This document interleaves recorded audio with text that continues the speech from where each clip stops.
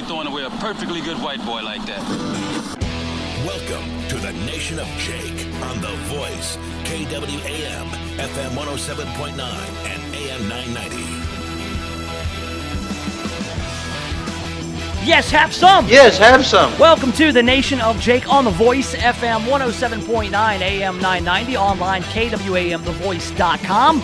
Streaming live on YouTube, the YouTube channel, Nation of Jake, one word, no spaces, run it all together, Nation of Jake on YouTube. Subscribe to it and let your friends know about the Nation of Jake, not just on The Voice at FM 107.9 and AM 990, but also on YouTube. You can listen on demand with the Nation of Jake podcast. It's on Apple Podcast and Spreaker and Spotify and Stitcher and iHeartRadio. Tons of stuff going on in the Nation of Jake on this Tuesday, September 17th, year of our Lord 2019. Mostly sunny, 95 degrees, high of 96. Again, it's been 96 degrees for roughly 5 months or so. Some relief later this week. It'll dip down all the way to 89. It's going to be frigid come this weekend with some cloud cover. And that's really all we're asking for is a little cloud cover. Sunny and 95 is brutal. But 95 with some clouds in the sky, it's all right. I can deal with it. All right, so today on the program, more reaction and response to the controversial Tammy Sawyer tweets and why it goes beyond social media and how involved was the Strickland campaign. A lot of people out here saying this is Oppo research. This is the work of Jim Strickland, as if Jim Strickland was running Tammy Sawyer's Twitter account 10 years ago. I'm not so sure, but there are those out there who say this is a savvy political move by a veteran of Memphis politics, Jim Strickland. Mr. Strickland! What do you think? We'll talk about it coming up in just a little bit. Also, this New York Times piece on Brett Kavanaugh keeps getting worse and worse. Not only are we subjected to hearing about Brett Kavanaugh's junk, it's getting worse not for Kavanaugh, but for the New York Times. They're the authors of this article that's claiming there's new allegations against Brett Kavanaugh. This whole thing got rejected by the Washington Post. The New York Times news desk didn't want to print it, so it gets printed in the opinion section. And there are no new accusations to go along with these allegations. It's just a lot of rumors and a lot of people who are way too close to it. So this is a journalistic disaster is what it is, and it should be a disaster for the New York Times. It's not good for the old gray lady. We've got this story out. Yesterday after the program, we got word that a new SNL cast member was fired before he even got to 30 Rock. He was announced as a new cast member. SNL, Saturday Night Live, said, we're going to bring on 3 new not ready for primetime players. One of them is not ready, like really not ready for even SNL over some comments he made on a podcast.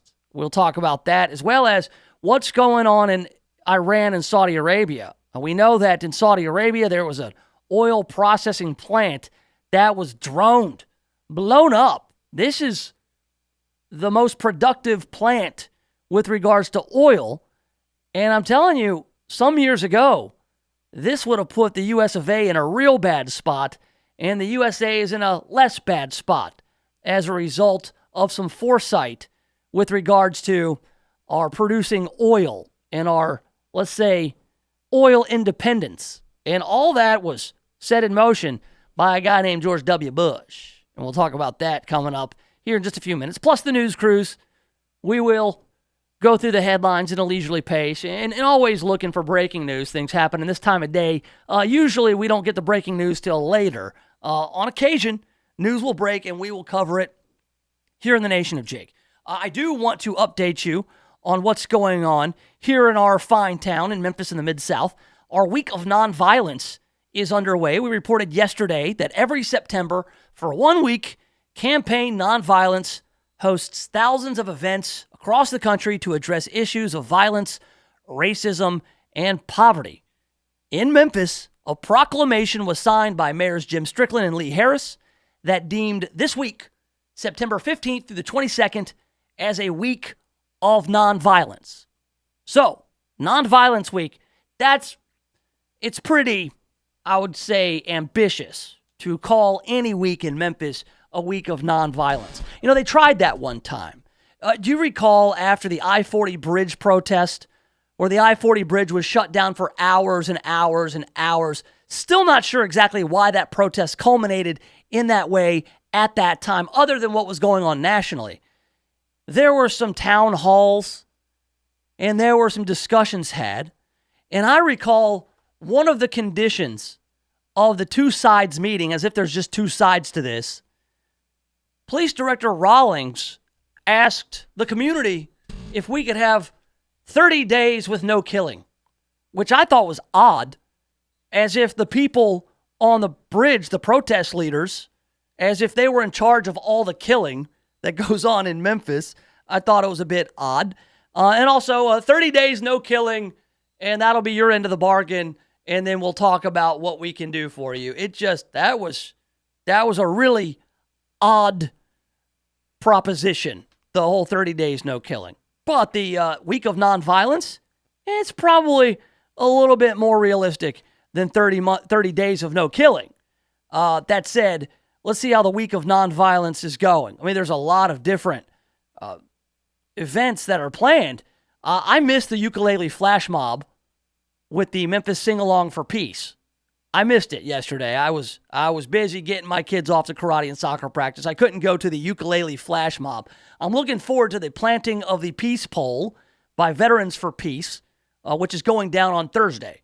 So maybe I'll make some time for the old smoking of the peace pole or whatever they have going on. But as far as a nonviolence week in Memphis, it's not going so well. It's not. People aren't holding up their end of the deal because all I've got is a bunch of stories about violence. This is stuff I like to keep out of the news crews, all right? Because the news crews is supposed to be leisurely, supposed to be fun. We're out on the boat having a good time. But I thought I would just highlight that the nonviolence week here in Memphis, it's not going so well. We've got 2 people arrested, 2 more at large after a shot fired at a home, 2 people taken into custody, 2 others escaped after police say someone shot at a home right in front of officers. So here we are during Nonviolence Week. There's officers on the scene. WREG was told a carload of people were cruising down the Highland Strip in a stolen car when police began following them. Moments later, investigators say a passenger in the vehicle got out and fired shots at a home somewhere near Park and Prescott. The driver of the stolen vehicle then hit the gas, leading police on a short chase before deciding to bail out. Officers managed to catch 2 of the suspects. They have not been identified at this time. So that's one story that's kind of putting a damper on Nonviolence Week. Here we go. East Memphis shooting leaves 1 man dead. Memphis police were called to an East Memphis neighborhood after a man was shot and killed early this morning. Maid Marian Lane, which I guess is over in Sherwood Forest. The victim was pronounced dead on scene after a man was sitting in a vehicle from a gunshot wound. That is violent. They're investigating this case as a homicide, which they should because that's the very definition. Here we go. A grandmother and grandchildren robbed at gunpoint while playing at a Memphis park. Good Lord. A Mid-South grandmother said she was enjoying a day at a Memphis park with her grandkids when it turned into a life-or-death situation. We were swinging the kids here back and forth. They were just having fun. When we turned around to swing the babies, they're like, "Don't move." She didn't want to show her face or use her name because police haven't caught the perpetrators. She said in that moment, 3 young men held her at gunpoint and threatened to kill her grandchild. She said he pistol-whipped her, causing her to bleed from the back of her head. The men took their bags and their keys, ransacked their car, and took important documents. That is awful. This is Emerald Park, next to Newberry Elementary School. That is brazen violence. We're looking for 3 men in a dark-colored sedan appearing to be a newer model Toyota Camry with Tennessee tags. That happened on Saturday in the park. We got a pair in Berkeley charged with attempted murder after a Berkeley knife attack. 2 people were charged with attempted first-degree murder after police say they tried to kill a man. The victim was taken from the 700 block of Avon Road to the Regional Medical Center in critical condition after he was found bleeding from a 6 to 8 inch laceration to his body on September 7th. During questioning, it was revealed that Della Rondo Mason, age 36, told Andrew Coates when they arrived on scene to attack the victim if he had hurt the witness mentioned above.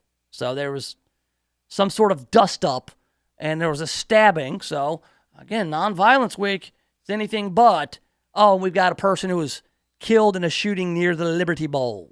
That's no good. Listen, it's just Tuesday of Nonviolence Week, and this is just a sampling of the violence that goes down. I cannot believe it. I am dismayed. I am disappointed. Maybe the planting of the peace pole or the smoking of the peace pipe on Thursday can reverse our situation. We can reverse course and make it a true week of nonviolence. I don't know. All right, coming up on the program, I want to talk about this vegan propaganda that is all over the place. If you go on Amazon Prime, if you go on Netflix, any of the streaming services, there are all these documentaries about food, and they're all vegan propaganda. And I also think it's propaganda for the Green New Deal. We'll talk about that in a little bit. We'll talk about Brett Kavanaugh. I'm hearing way too much about this guy's wiener. But if I have to hear about it, you're going to hear about it too. And so is George. He actually likes hearing about it. But coming up next, what happened over the weekend in Saudi Arabia? There was an attack on an oil processing plant. And what does it mean for the U.S. of A? How will Donald Trump and his Department of Justice respond? How are they responding?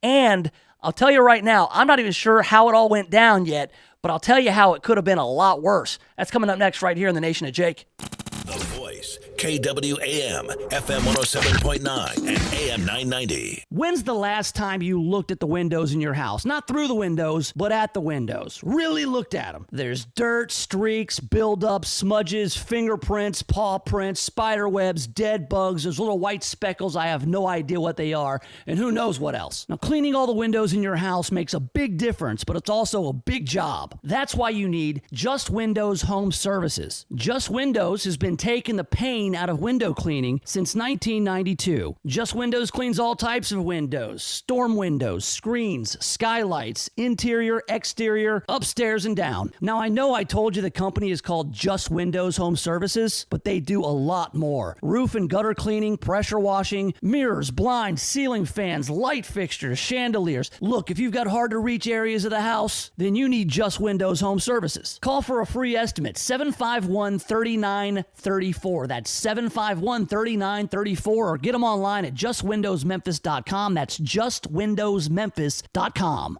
KWAM The Voice invites you to the Mississippi Senior Expo and Health Fair Thursday, September 19th from 9 a.m. until 2 p.m. at Brown Missionary Baptist Church in South Haven. This year it's bigger than ever, so don't miss it. Free health exams, flu shots, healthy living demos by Silver Sneakers, and valuable information on senior living, plus plenty of food trucks for lunch. The Mississippi Senior Expo, September 19th at Brown Missionary Baptist Church, presented by the DeSoto Times, The Best Times, and KWAM The Voice. For baby boomers, here's something to think about. Will you have enough income during your retirement? Are you absolutely sure? Do you understand the difference between growth and income? How about bonds and bond funds? Are you 100% ready for RMDs? Do you have an estate plan? If you've said no to any of these, we can help. Right now, log on to theretirementincomeDoctor.com and tune in our brand new radio show right here, Saturday mornings at 10 a.m. Hey, are you pregnant and need health insurance? Yes, I'm really in need of insurance. Have you heard of the TennCare Presumptive Prenatal Program? No, what is that? It's a program where pregnant women can get 62 days of temporary Medicaid insurance coverage. Wow, I didn't know about that. Thanks. For more information regarding the TennCare Presumptive Prenatal Program, contact the Shelby County Health Department at 901-545-8722 or log on to shelbytnhealth.com. Funding for this was provided by the Tennessee Department of Health. Wake up, Memphis, wake up. Tune in every Saturday at 2 p.m. to Wake Up Memphis from Beyond the Badge. To be informed of hard-hitting issues like public safety, police-community relations, and how your tax dollars are being spent. Join in on the conversation to share the facts. Sponsored by the men and women of the Memphis Police Association that protect this city every day. Remember, every Saturday, 2 p.m., Wake Up Memphis from Beyond the Badge. Here, KWAM. Now on FM 107.9 and AM 990. Enjoy award-winning musicians at the Bartlett Performing Arts Center. Los Lobos, Hotel California, Rodney Crowell, Sean Mullins, Angelina Ingersoll sings Judy Garland, Gaelic Storm, Angelina Ballerina, Smoke on the Mountain Homecoming, and Mark Cohn singing Walking in Memphis. BPAC has it all. Theater, music, family fun. Buy 5 shows and save 25% at 901-385-5588. For tickets 24/7, visit bpac.org. Design Jewelers in Bartlett is renowned for being the best in custom jewelry since 1988. But did you know they also do jewelry repair? That's right. If you need size fixing, ring setting, stone tightening, chain or watch repair, stop by Design Jewelers at 3135 Kirby Whitten Parkway. Their combination of expertise and customer service cannot be found anywhere else. That's Design Jewelers in Bartlett, 3135 Kirby Whitten Parkway. Your dog is a furry member of your family, and they deserve the highest level of care. Dogtopia has award-winning daycare, boarding, and spa services. They are the safest, cleanest, and most transparent dog daycare and boarding option for you. The best part? You can check in with your dog anytime on the video stream on your phone. Dogtopia, located at Carriage Crossing. Find out more at dogtopia.com to schedule your dog's best day ever.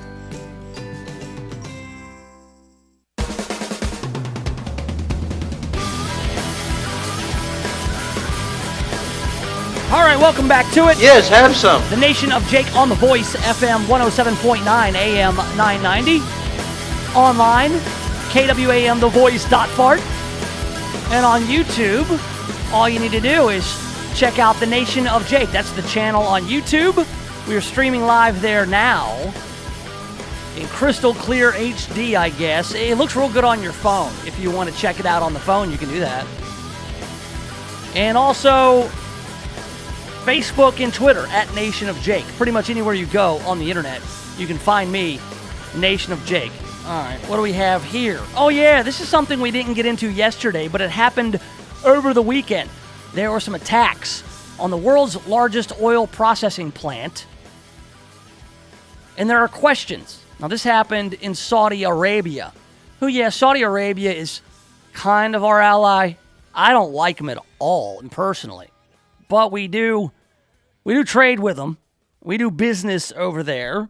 They have been an oil vendor historically, but we also know that they're shady. And that whole Jamal Khashoggi kind of thing, the Crown Prince, his whole involvement in the disappearance of Jamal Khashoggi, the journalist.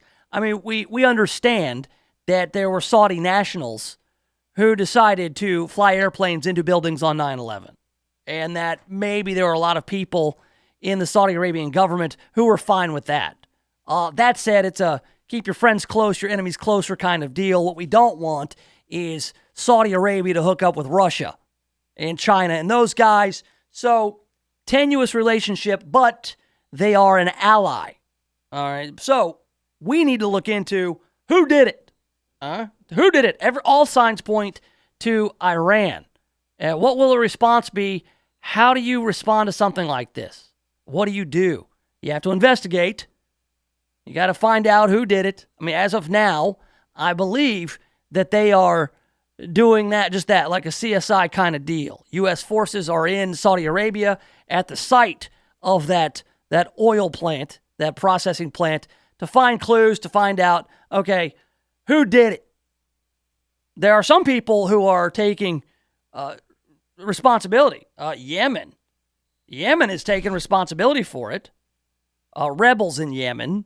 But now Mike Pompeo, Secretary of State, is saying, no, there's no evidence that Yemen was involved. Pompeo was in no doubt on Saturday. He's talking about, hey, it was Iran. Iran has now launched an attack on the world's energy supply. Now, they've been in the Strait of Hormuz. They've been seizing oil tankers and trying to cause as much trouble as they can over there. And now they're launching drone attacks and missile attacks on oil processing plants over in that part of the world. U.S. President Donald Trump was accusatory in some fashion, less conclusive. He tweeted Sunday that the U.S. was locked and loaded, depending on verification, suggesting a military response, but deferred to Saudi Arabia to identify the culprits, saying, look, Saudi Arabia needs to figure out who did this, and we'll support our ally Saudi Arabia with any kind of response, which, honestly, that is less necessary than it used to be. All right, I'm just kind of digging into this. I heard what happened, but this is par for the course over there.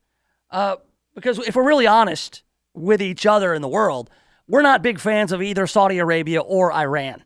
All right, they're like two guys we don't like. One we like less than the other. We like Iran a little bit less than Saudi Arabia. Now, what's cool is that we are not as dependent on foreign oil than we used to be. I mean, we're making so much of it here that we're exporting it. We're a net exporter of oil and natural gas and fuel and energy. And that's good. In fact, when I was a young guy, during W's term, I remember in one of the debates, it may have been when he was running against Al Gore, or it may have been for re-election against John Kerry. At some point, I remember watching W, and I always liked his mannerisms. I always liked W's demeanor. I just liked it. It was cavalier. He was that Texas guy. You know, he talked like this. He would tell you, part of our national security is we need to wean ourselves off foreign oil. We need to wean ourselves off. And I kept on, like Beavis and Butthead going, he said wean. Well, part of his point was, with regards to our national security, we need to be less dependent on these foreign governments, especially in the Middle East, where they do not like us. And they don't play by any rules. But they've got this oil, and we always have to be involved and preserve our interests over in the Middle East because of our dependence on foreign oil. Well, now we're a lot less dependent on foreign oil. Can you believe that there was an attack in Saudi Arabia on the world's largest oil processing plant? And did you see a spike in gas prices? Remember the spike in gas prices after 9/11? Remember that? Because of all the uncertainty? Well, what did the stock market go down yesterday, like 100 points? It's because we're not dependent on the foreign oil anymore. And Democrats, the ones running for president, they want to ban fracking and offshore drilling. And they want us to go back to being dependent on foreign oil, whether it's with Venezuela, and Venezuela's heavily supported by Russia. I mean, our ability to do what W said way back when, to wean ourselves off the dependence on foreign oil, if we do that, it'll be good for our economy and it'll be good for our security. It's made all the difference in the world, because now Donald Trump and Mike Pompeo and the powers that be can take some time, investigate what's going on, who's responsible, and what will the response be? You know, how are we going to handle it? How are we going to get involved? Because here's the thing with Iran and Saudi Arabia, again, two guys you don't like that much. All right, two guys in the bar who are going at it. You've got your pint, and you look back, and they're arguing. And you're like, my God, I really don't like either of those guys.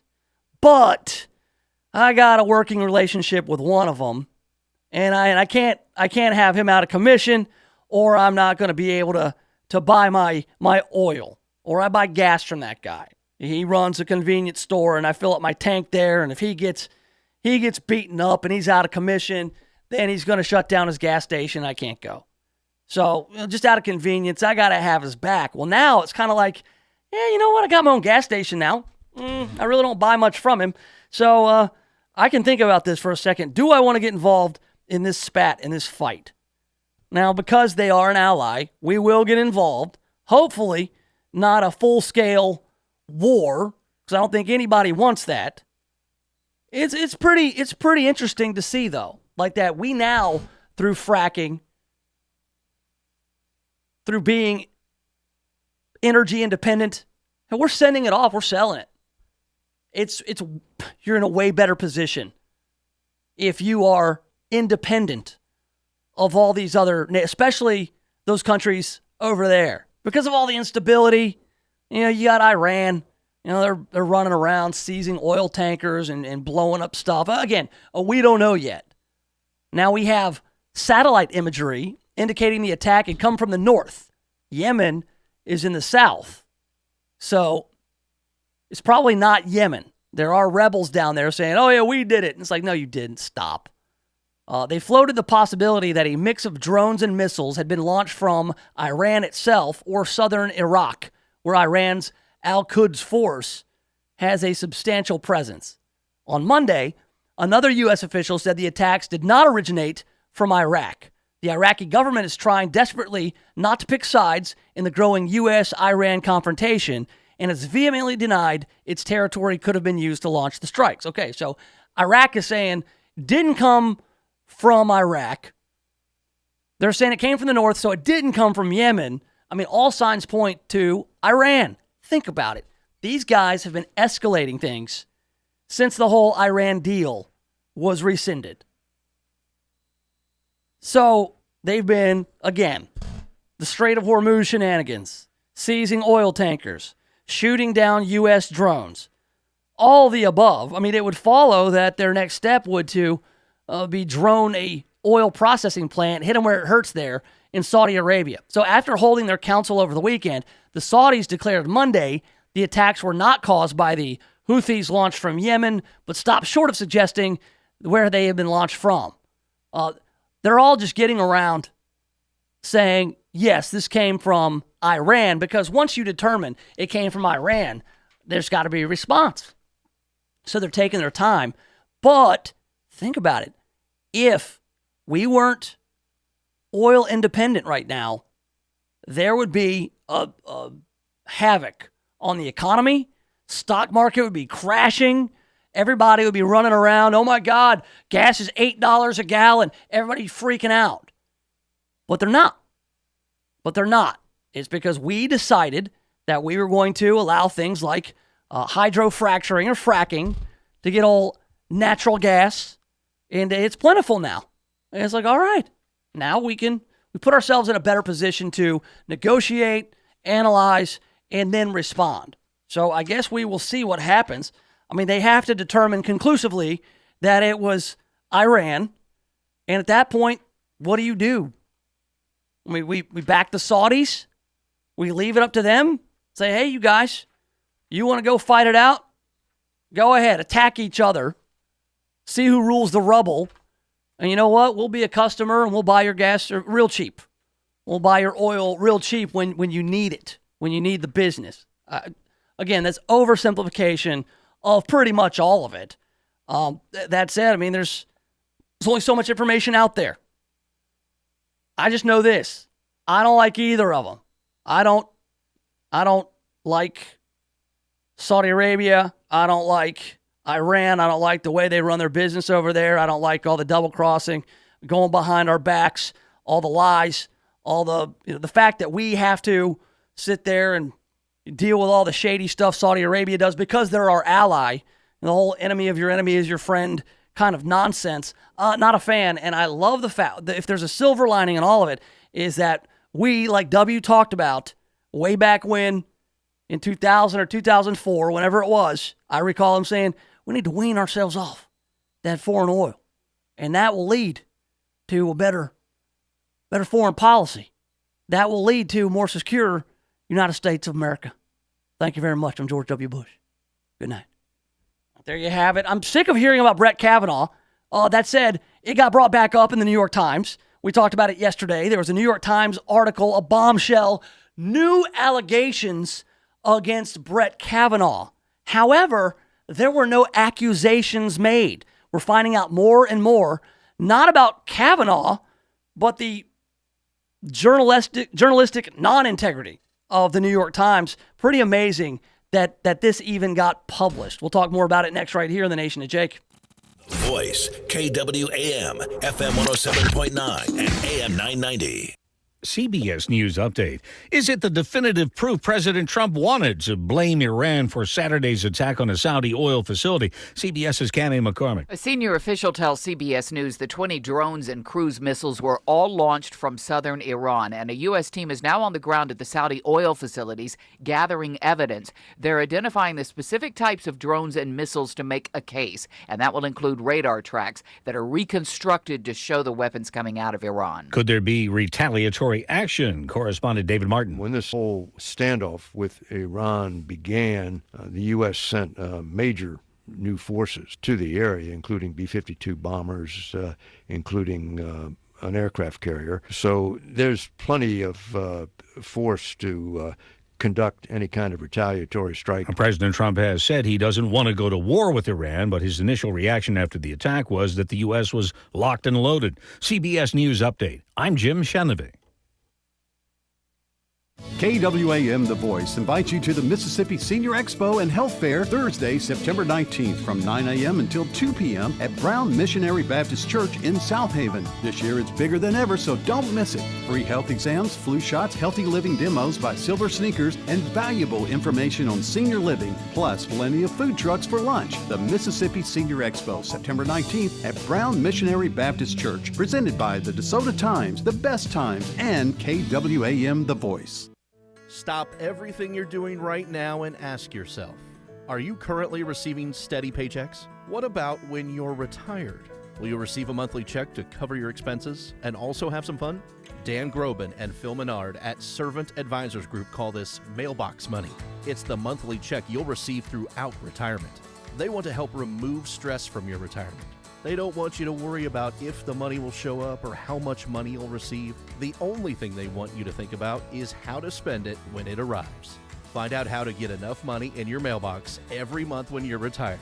Call Servant Advisors Group at 855-260-1000 for a complimentary retirement analysis with strategies that could help your nest egg provide you monthly income you'll need in retirement. Call right now, 855-260-1000. Servant Wealth Management is a registered investment advisor. Insurance and annuities offered through Servant Advisors Group, LLC. Insurance licensed in Tennessee, Mississippi, and in Arkansas.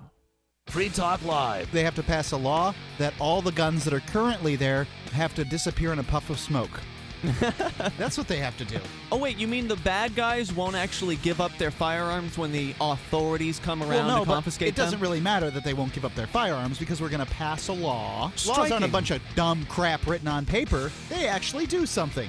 Free Talk Live, Sunday through Friday nights on KWAM, The Voice, FM 107.9 and AM 990. This is Clark Howard. When you're looking for a vehicle to buy new, one of the factors that really matters is what's that vehicle worth used down the road? Because your ultimate cost of ownership, in addition to fuel and insurance, maintenance, is the loss in value from when you buy it till when you sell it. Well, J.D. Power puts out a list each year of the vehicles by category, by size, that are the ones that hold their value the best. And as far as brands overall, Honda and Toyota hold value better than anybody else. But it depends on the size of vehicle where you end up. As an example, when you look at large SUVs, it's the Chevy Tahoe, the GMC Yukon, Toyota Sequoia that hold their value the best. When you look at pickup trucks, the Toyota Tacoma. So I've got the full list for you at Clark.com so you can check out what is best. I'm pretty handy around the house, but now that I have kids, I don't want to spend my Saturday installing a toilet or fixing an air conditioner. But thankfully, there's Home Advisor. Home Advisor helps me find the best home pros in my area to handle any kind of project.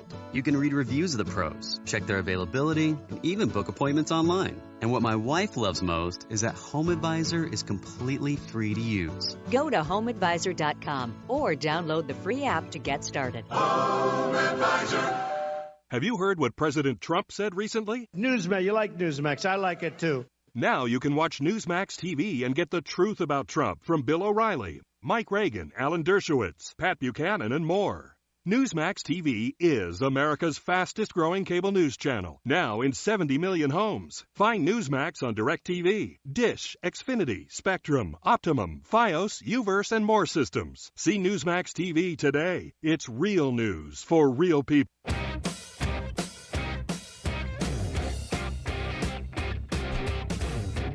Welcome back. Yes, have some. It's the Nation of Jake on The Voice. FM 107.9, AM 990. Online, KWAMTheVoice.com. By the way, I think I said KWAMTheVoice.fart earlier, and that's not even a thing. You can't go to .fart. It doesn't even work. I've tried that before. It doesn't work. We're also on YouTube, streaming live. The YouTube channel, Nation of Jake. We've got the New York Times is facing questions over their Kavanaugh story. This happened over the weekend, man. I was reading the notifications on my phone. Breaking new sexual misconduct allegations against Brett Kavanaugh. And we spent a lot of time here in 2018, 2019, over the past year, talking about Brett Kavanaugh, Supreme Court Justice now, confirmed to the Supreme Court. It was interesting. I mean, the way it all went down. I mean, this was a guy who was nominated, and everything was fine until like a week before the hearings were to begin, or just days before. Christine Blasey Ford came forward, and she said, this guy at a party in the 80s, he hopped on me and he groped me, and he tried to kiss me, and he's a terrible person, and forget about his years and years on the federal bench as a judge and a litigator, being a lawyer before that. He's a bad guy, and he's unfit to serve on the Supreme Court. Well, it was a big fight. I mean, obviously, with Kennedy, Justice Kennedy deciding to resign, the Democrats were just not having it. They're like, Donald Trump's going to get another Supreme Court justice on the bench?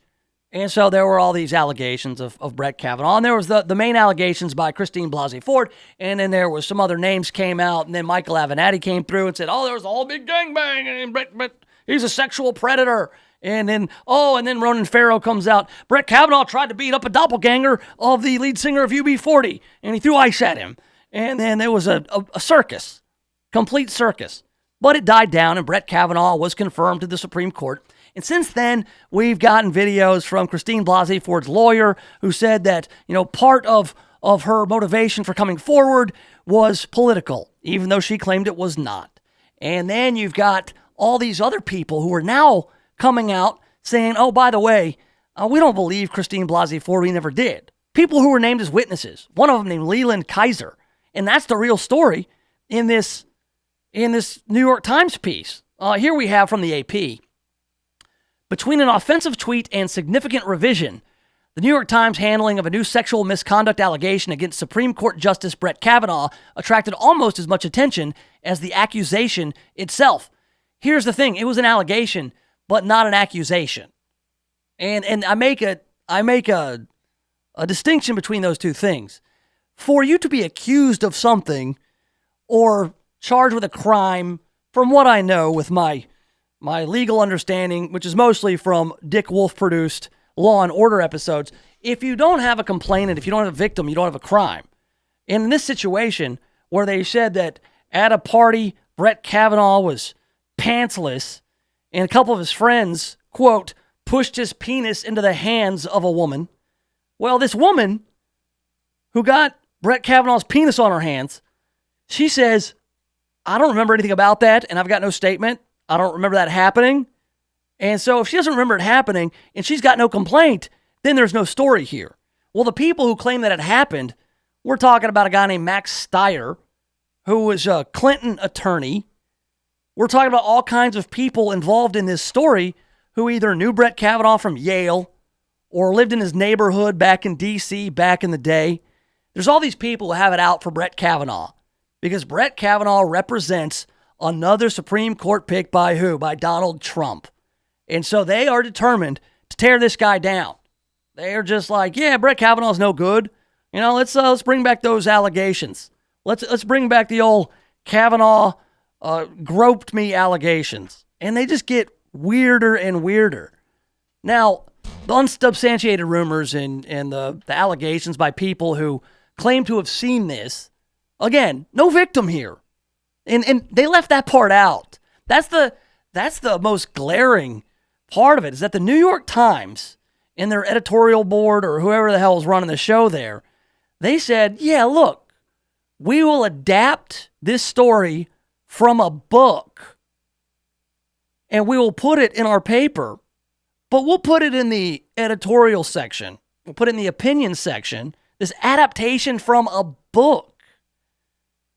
There's no police reports. It's just all hearsay and then no victim, no accusation, but there are allegations made. It makes no sense. And now the authors of the book and then adapted article, they're saying, well, the editorial board, the editor is the one who took out the information about having said that the woman who was the victim has no recollection of it, and she doesn't remember anything, and she's not talking to the authorities on the matter because it didn't happen. Or as far as she's concerned, it didn't happen because she doesn't remember it. How can something have happened if you don't remember? I mean, it could have happened, sure, but how can you even investigate something if somebody won't even talk to you about what happened? So, the real story here is all these witnesses, like Christine Blasey Ford's corroborating witnesses. They say they don't believe her anymore, that they don't believe her. In fact, one of them, this Leland Kaiser, she says that she was pressured into being a witness because of what they might do to her if she did not. So, I mean, this gets uglier and uglier, not for Brett Kavanaugh. I'm sure that Brett Kavanaugh is just out there saying, hey, I wish you guys would just stop talking about my junk. Like, it's kind of gross. Like, I just don't want that out there anymore. Look, you tried. It didn't work. Can we leave my wiener out of this? All right, if I was drunk and walking around pantsless and some dudes pushed my penis into somebody's hand, I feel maybe I was a victim. But he probably doesn't remember either. And honestly, I don't care if the dude was in high school or college and was a lot of fun at parties. I don't care. It doesn't disqualify him. Something he did when he was 18, 19, 20 years old. This dude's in his 50s now. He's 50-something years old. He's old enough. He's older than my oldest brother.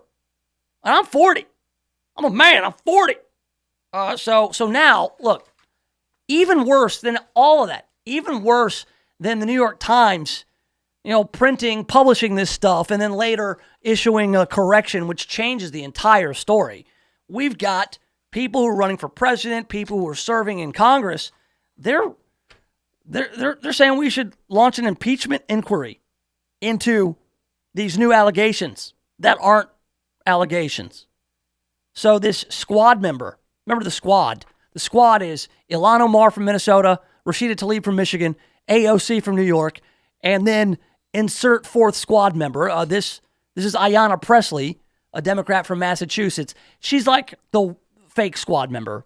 She's a squad member the same way that Pat Smear was a member of Nirvana. That is to say, he wasn't a member of Nirvana. She's a squad member in the same way that Gilby Clarke was a member of Guns N' Roses. That is to say, Gilby Clarke wasn't really a member of Guns N' Roses. He played live guitar. Maybe played on the Spaghetti Incident, which was kind of a fake album. He really wasn't in the band.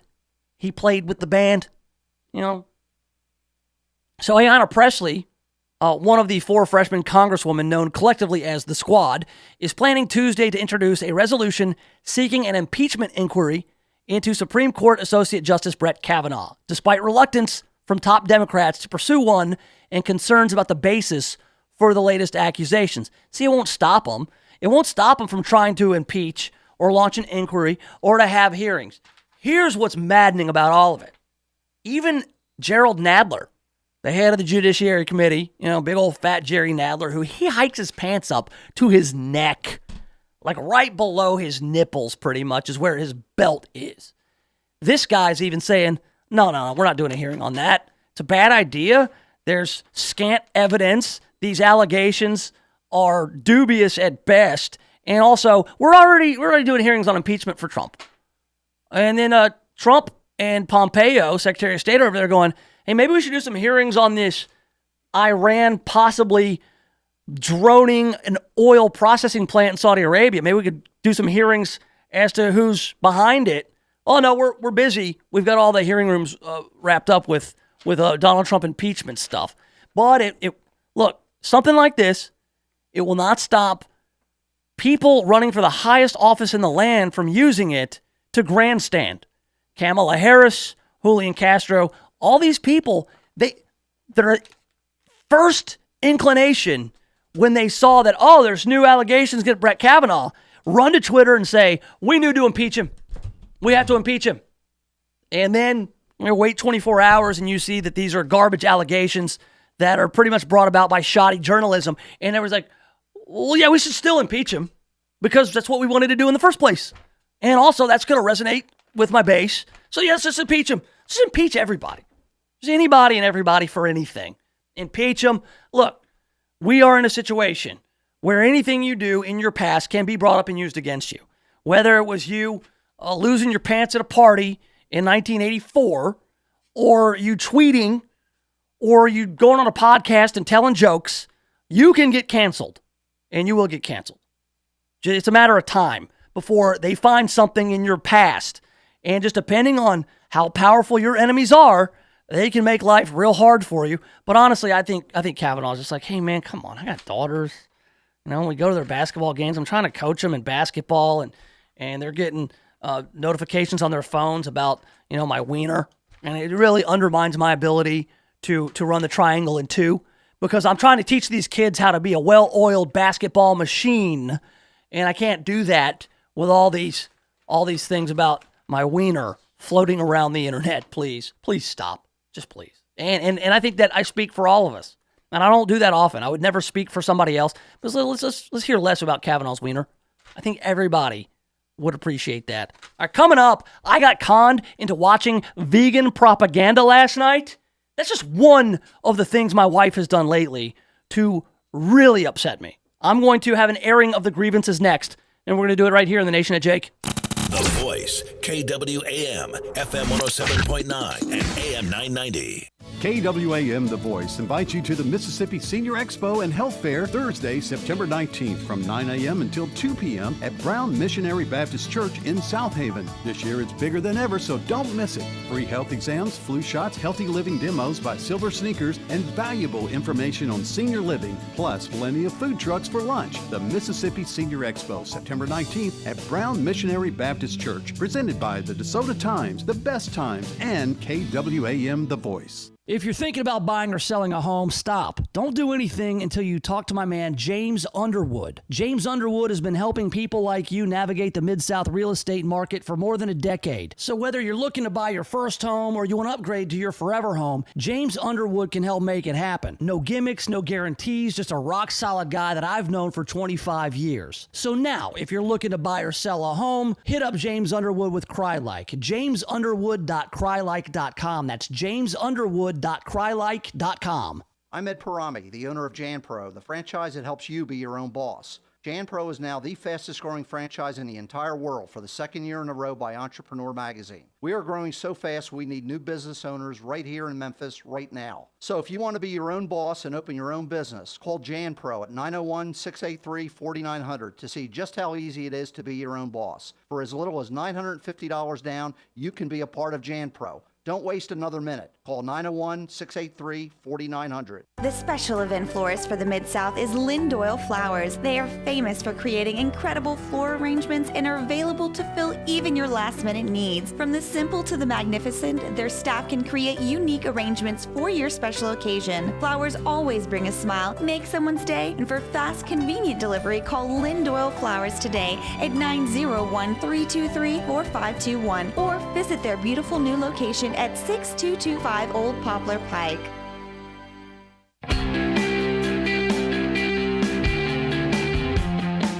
All right, welcome back. Yes, have some. It's the Nation of Jake on The Voice, FM 107.9 AM 990, online, KWAMTheVoice.com, YouTube, Facebook, Twitter, Instagram, Nation of Jake. Find me. You can do it. I believe in you. In a little bit, we're going to talk more about these controversial Tammy Sawyer tweets. Tammy Sawyer running against the incumbent Jim Strickland in the Battle Mayoral, also against former mayor Willie Harrington. She has had low name recognition until now, and everybody knows her now as the lady who tweets a lot. Yeah, she tweets. Let's see, she hates dogs. She hates cops. She wants to kill white babies. It has not been good. Not a good week for Tammy Sawyer. We'll dig in to the implications of this and who's really responsible. I mean, she can't be held responsible for her own tweets, can she? This is the work of Oppo Research. That's coming up in just a little bit. I wanted to tell you about some things that my wife did that have been really annoying. I mean, really annoying. Listen, I love my wife to death. She's the best. She really is. But she does some things that are really annoying. She takes my jeans and she washes them, which you might think is a really nice thing to do. She's in charge of laundry in the house. I'm in charge of other stuff. I'm in charge of dishes, and I'm in charge of lunches. We split it all up, but laundry is her thing. She does not like me to get involved in the laundry side of things, so I don't get involved in the laundry side of things, so I just don't wash my jeans. You're not supposed to wash jeans. All right, this is a big debate. Levi Strauss himself said, don't wash your jeans.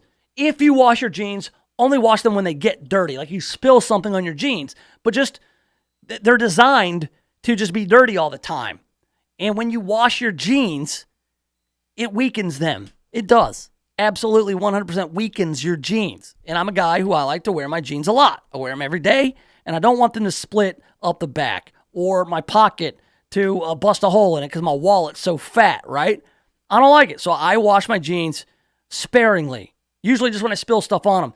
She took my jeans without telling me, and so I had to wear my backup jeans. And I hate them because they're slim fit jeans and they were on sale. And so I have them and I look like Dustin Starr in those jeans. Just awful. So I don't appreciate her stealing my jeans, or at least give me the heads up that you plan on washing my jeans this month, because I don't like them to be washed more than once a month. Hopefully once a quarter is really the optimum amount of jean washing that should happen. The other thing is, last night, I made a mistake. I was busy. I was uploading the podcast here in the Nation of Jake. And I said, here, pick something on TV. And she picked a documentary on Netflix called Diet Fiction, which during Diet Fiction, you had a lot of experts telling you about, the truth versus fiction about dieting, like the Atkins diet or keto or paleo or whatever it is. And my only takeaway is all these people in this show, Diet Fiction, were telling them that meat equals death, sugar equals death, only eat plants. Go to a 100% plant-based diet, because if you eat meat, it's full of saturated fat and you will die. None of this balance it out, get some animal proteins, but eat your vegetables. Honestly, it's pretty simple. We've been told, hey, eat your vegetables, fruits and vegetables. Eat food that grows out of the ground. It's not hard, but you can mix in a steak here and there. They're like, oh, people who eat steaks every day, they have a higher risk. Like, who eats steak every day? Oh, if you eat 3 pounds of bacon, you're going to get cancer. Who eats 3 pounds of bacon? Nobody. Who can afford to? Stuff's expensive. So pretty much I was exposed to vegan propaganda for 2 hours, and I've got to go eat 3 pounds of bacon to detox from all that propaganda. Nothing proper about it. So don't watch Diet Fiction. Seriously, don't watch any of those food documentaries, because they're all funded by somebody, and there's always some kind of bias. It's just a bunch of bunk is what it is. It's a bunch of ballyhoo and shenanigans. All right. The Tammy Sawyer controversial tweets. Who is to blame? It might be Tammy Sawyer, maybe? The Mid-South station with the most local talk and CBS News at the top of every hour. KWAM, Memphis. This is CBS News on the Hour. Real news, real reporting. I'm Jim Chenovy. U.S. officials say they have identified the types of drones and cruise missiles used in Saturday's attack on a Saudi oil facility, and they've radar tracked the weapons back to southern Iran. CBS's David Martin. The U.S. air defenses are at a base in the middle of the country, basically too far away to be of much use defending an attack that essentially came down from the north. from Iran into Saudi Arabia. And the Saudi air defenses, they were all essentially looking the other way because all the missiles that have been fired into Saudi Arabia in the past months have all come from Yemen. And President Trump has said he wanted definitive proof Iran was behind the attacks before he'd consider any retaliatory action. Gasoline prices are up 5 to 10 cents a gallon in some areas following that attack, but CBS's Jason Brooks says crude oil prices have been dropping today. Oil prices are falling on reports that Saudi Arabia may get its production back to full speed in 2 to 3 weeks, much faster than anticipated. Reuters reports that Saudi-owned Aramco is already 70% back to full output after 5.7 million barrels per day of output was knocked offline in the missile and drone attacks over the weekend. While production has been affected, the report says the impact on Saudi Arabia's exports has been minimal due to large stockpiles in storage. The first official hearing on the possible impeachment of President Trump underway before the House Judiciary Committee. Testimony included Corey Lewandowski, President Trump's former campaign manager. As the special counsel determined, there was no conspiracy or collusion between the Trump campaign and any foreign governments, either on my watch or afterwards.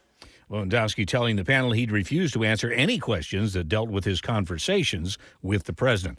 Major League Baseball star under arrest. Correspondent Peter King. The Florida Department of Law Enforcement says its agents arrested Pirates closer Felipe Vasquez this morning in Pittsburgh for having a 2-year-long sexual relationship with a Southwest Florida girl that started when she was 13. The agency says he texted her about meeting her for sex after this baseball season ends and sent her a video showing him performing a sex act. Vasquez lives in Central Florida. The girl lives in the Fort Myers area. The FDLE says he'll be extradited to face charges there. Peter King, CBS News, Orlando. A tropical depression has formed out in the Atlantic. It's expected to become a tropical storm within 24 hours and a hurricane by Friday morning. It's on a track that could take it to the U.S. East Coast sometime next week. This is CBS News. The CBS World News Roundup Late Edition with Jim Chenevey. President Trump held a series of meetings today on the border wall. Every weeknight on the CBS Radio Network. So there's this guy named Jordan, and he's a healthy guy. He's a dad of 6, and he works as a guide in Alaska. But then he goes to the doctor, and he's diagnosed with cancer, stage 4. And here's the thing. He had switched from medical insurance to MediShare, which is a Christian healthcare sharing ministry. So the question for Jordan and his wife, Jenny, was, is this really going to work? Our medical bills exceeded $160,000. MediShare members shared all our bills. And it was about more than just the money, too. This is a real community. MediShare is a family, a group of people that stick with you through the hardest times of your life. I just don't know how I could have done it without MediShare. It's so worth looking into. There's a reason this is growing so fast. If you want to find out more, here's a number for you. 866-88-BIBLE. That's 866-88-BIBLE. 866-88-BIBLE. High-tech meets low-tech in a quest for cleaner water. A sensor attached to the American Queen steamboat will give scientists and leaders of riverfront communities a better understanding of water quality along the entire length of the Mississippi River. Hundreds of cities and towns get their drinking water from the heavily used river. There are some 3,700 water quality sensors in fixed locations along the river, but the new device on the steamboat will help provide a more extensive picture of water quality as it travels from Minnesota to Louisiana. Jim Crisilda, CBS News. Researchers at Stanford University and the University of California, San Francisco think they found a way to stop a cold in its tracks by targeting an essential protein inside cells that the viruses need to replicate. It's called host-directed therapy, designed to make the human body inhospitable to cold viruses by using gene editing to disable one cell component that the viruses are dependent on. Jim Chenevey, CBS News. Ever wonder why Europeans seem to speak so many languages? Maybe it's because they use Babbel, the #1 selling language learning app in Europe. Babbel's award-winning technology gets you speaking right away, whether you're learning Spanish, French, or German. And best of all, you'll remember what you've learned. I always thought I was bad at languages, but after using Babbel, I can tell you I was just taught the wrong way. Using Babbel's 10 to 15-minute lessons, you can be speaking confidently in your new language within weeks. I was amazed that I could start having real-life conversations right away. It was so fast. Now I'm speaking Spanish. Woohoo! No wonder Babbel is the #1 selling language learning app in Europe. Try it for yourself and see why Babbel is the quick way to get conversational in a new language, like Spanish, French, or more. You can try Babbel for free. Go to Babbel.com or download the app and try it for free. That's Babbel, Babbel.com, or download the app to try it for free. That's Babbel.com.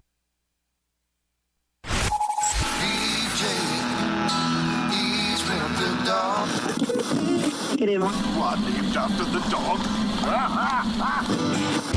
Welcome to the Nation of Jake on The Voice, KWAM, FM 107.9 and AM 990. Yes, sir! Yes, have some. Welcome back to the Nation of Jake on The Voice, FM 107.9, AM 990. We're online, KWAMTheVoice.com. Streaming live on YouTube, the old YouTube channel, Nation of Jake, along with Facebook and the Twitter, at Nation of Jake. I'm always keeping an eye on breaking news, things happening throughout our world and in our town. I usually just go on Twitter, refresh the Twitter feed, hit up all the local news stations, the Daily Memphian as well, our friends at the Commercial Appeal, 3, 5, 13, 24, all the same places you go for news.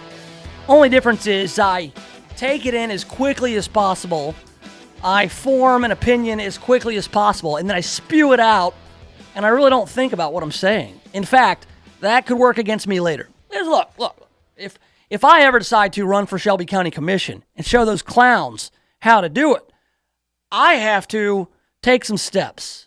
All right, if I were to run for office, do you know how many things I've said that could be possibly incriminating? Things that might not hold up well after years and years of hanging out on the old internets, or things I've said on this program. If you are to run a campaign, before you announce that you're running for office, before you tell anyone you're running for office, you have to nuke your Twitter account. Nuke it. There's nothing on there that you can't replicate. There's nothing on there that's impressive. Nobody cares how many followers you have. Nobody cares how many likes you get. Nobody cares about your retweets. It doesn't matter. Forget it. This is a rebrand. A total rebrand. I would have to not only nuke my Twitter, I'd have to nuke my Facebook, or maybe I would scrub the Facebook. I want to keep the Facebook. Maybe I would take the podcast offline. I would maybe nuke the Nation of Jake podcast. And outside of that, I would shave. I'd buy some better clothes. Maybe not wear jeans everywhere.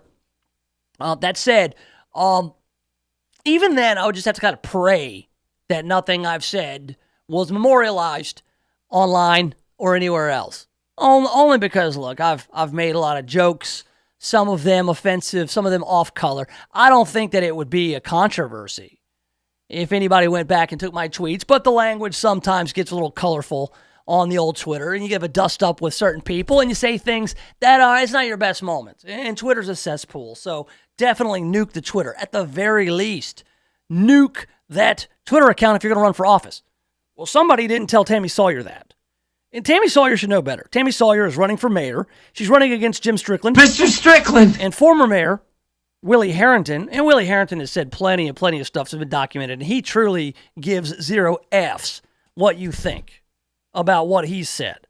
That said, we've got Tammy Sawyer in this controversy about her decades-old tweets. Some of them not even decades old. Some of them just 5 years ago. In fact, the worst thing that she's done is not talked about how white kids freak her out in scary movies, and she's glad she can't have white babies because she might kill them. It's also not that she laughed at a grieving dog owner who had to euthanize their family pet. That's not the worst one. Even some of the things she said about the LGBTQ community, those aren't the worst things. Those aren't the worst the most problematic things that she's tweeted. The worst thing is her recounting of a situation when she was in high school, and she outed a lesbian teacher, and that teacher was forced to quit. And the way that she bragged about it, she bragged about having outed a gay teacher. All right, this is from 2014. So we're talking about 5 years ago or so that she was bragging about it. And this happened when she was in high school. And she used the hashtag Mean Girls. Like, she was like, yeah, she was really proud of what she had done. What we have here is from the Daily Memphian, Bill Dries over there. He always does a good job. He's got some more details on the situation regarding that. We have here Sawyer responding, and she says, this is not about getting the campaign back on track. This is about making amends with those she has hurt and acknowledging and understanding the pain she caused. Sawyer told the Daily Memphian she is talking with people in the LGBTQ plus community, individually as well as others upset by the trove of tweets on race and other issues. The controversy over the old tweets intensified Monday as two local LGBTQ plus organizations condemned a specific 2014 tweet in which Sawyer said she was part of a group of students who outed a gay teacher. Other tweets called into question include a 2010 tweet about the police, in which she has little admiration or respect for police. Protect and serve, meh. Now, she says that some of these have been taken out of context and they were jokes. Well, that's neither here nor there. The problem is when you continually express you have little admiration or respect for police, and that's continued till now. She's not a big fan of MPD. She, as mayor, would be in charge of MPD. She acknowledged her mayoral campaign has taken a major blow with the tweets and the fallout from them. And just now, like, again, the tweets from last week that we talked about, the ones about killing white babies, habitually driving drunk, and the ones that no respect for the police, she didn't apologize for those. She's now apologizing because she's done some things to upset her base, her voters. Now, she claims, and I quote, "It's not about getting the campaign back on track. This is about people who are really dear to me, that they hear me and I see their pain. The calls I'm making are not, hey, it's Tammy, I hope you will still support my campaign. I've been explaining how I want to apologize for everything that's happened, or everything that you've done, or everything that you've tweeted." Now, the Tennessee Equality Project and the director of Out Memphis each put out statements specifically on the tweet about outing a gay teacher at a school she attended. Again, this is not just about a controversial tweet or a joke. This is something that she did, and according to the Daily Memphian, this was at St. Mary's Episcopal School, where I didn't know she attended there, but apparently she did. So that she took it upon herself and then claimed in 2014 in a tweet that so we made it our duty to out a teacher, and that she was forced to quit, that she resigned because St. Mary's Episcopal School, this is a closeted lesbian teacher. I guess she didn't feel like that part of her life needed to be exposed to the student body and her employers. And so this teacher felt like she needed to resign. And that is an awful, awful thing, borderline unforgivable thing to do. But if she was a high school student and she didn't know what she was doing, you could almost say, look, she was a kid. She was not even an adult when she did this. But for her to brag about it so brazenly on Twitter just 5 years ago, and don't tell me 5 years ago was a long time ago and people changed. 5 years ago was yesterday. I was just talking to somebody about how fast 5 years has gone by. I've got a 5-year-old daughter, and in my mind, she was born yesterday. So quick it goes by. Here's really what it comes down to. Tammy Sawyer's tweets have come back to haunt her, so she's sorry. Well, she doesn't routinely go through all her past statements and express contrition for those things. It's hurting her campaign, so now she's sorry. I mean, you see how that works. We see it everywhere. People aren't sorry. They're not truly sorry for what they've done. they're sorry that people found out about what they've done. And this is it. Here's what's mind-blowing about it, is that nobody in her circle, political consultants, people running her campaign, nobody thought to scrub your social media account. The first thing you do. The first thing. I'm not a supporter of Tammy Sawyer, and I'm not complaining that she didn't scrub her social media, because I think this is all, like, frankly, hilarious. So she just didn't scrub her social media. She left it all out there for people to find. But here's what's even funnier about it. There are people who support Tammy Sawyer who are saying that this was a perfectly timed hit job by the Strickland campaign. Mr. Strickland! That somehow Jim Strickland is responsible for these tweets, for the timing of the tweets. Now, unless Jim Strickland was running Tammy Sawyer's Twitter account 10 years ago, then I just don't want to hear it. But the timing does work in Jim Strickland's favor. It absolutely does. Not a lot of people know who Tammy Sawyer is. She's an up-and-comer. She's a neophyte. She's an upstart. She's a Shelby County commissioner. She was elected to the Shelby County Commission because nobody voted. She had some name recognition from the Take 'em Down 901 protests. She jumped in front of that parade. Hell, maybe she started the parade. Jim Strickland took down the statues. So it looked like Tammy Sawyer, oh, she's really effective. Okay, she gets to be a county commissioner. Well, nobody said that she just 5 months into her term as county commissioner needed to run for mayor. But Memphis can't wait, right? Memphis can't wait. But the timing works out in Jim Strickland's favor. Here's why. We got early voting going on. So people are getting to the polls. They're starting to pay attention. Tammy Sawyer with low name recognition. Well, now she's getting more name recognition, except people are recognizing her because of these tweets as a dog-hating, drunk-driving, baby-killing, cop-hating, homophobic sociopath. Right? All right? And then somebody who's a supporter of Sawyer, who I was talking to yesterday, they just said it was just so mean of Jim Strickland to do this. I'm like, do what? Like, Jim Strickland didn't do this. This is self-inflicted. But they said that, look, Jim Strickland leads in the polls. He's got such an advantage. He's got $1 million war chest. Did he have to ruin her political career forever? I'm like, wow, you really think this is going to haunt her for forever? And they're like, yes, this is really bad. The content of the tweets, all of them, is unacceptable. And this whole thing about bragging about outing a teacher when she was in high school, that's unfair. She's going to have to articulate why it was wrong, why she's changed, how she's evolved, and apologize for this for a long time. But I guess I'm just puzzled at the question. People saying, oh, well, Jim Strickland's campaign did this. You know, they went through all her tweets. They went through her whole Twitter account and found these offending tweets and then tipped off the media. To which I say, so? So what? Sources are sources. Any reporter will tell you. Whether an opposing campaign like Jim Strickland's, said, hey, check out these tweets. They didn't plant the tweets there, did they? Did Jim Strickland have anything to do? Did he make her write those tweets? No, they're there.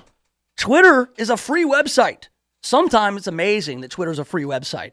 There's so much entertainment that goes on because people are out there just spewing out all their inner thoughts, included Tammy Sawyer. Those are out there for everybody to see. But to answer your question, why would Jim Strickland, with an advantage like that, why would he go scorched earth if he didn't think that Tammy Sawyer was a threat? Well, I'll tell you why he'd go scorched earth. It's because Tammy Sawyer invited Angela Rye from CNN in town to call the man a racist.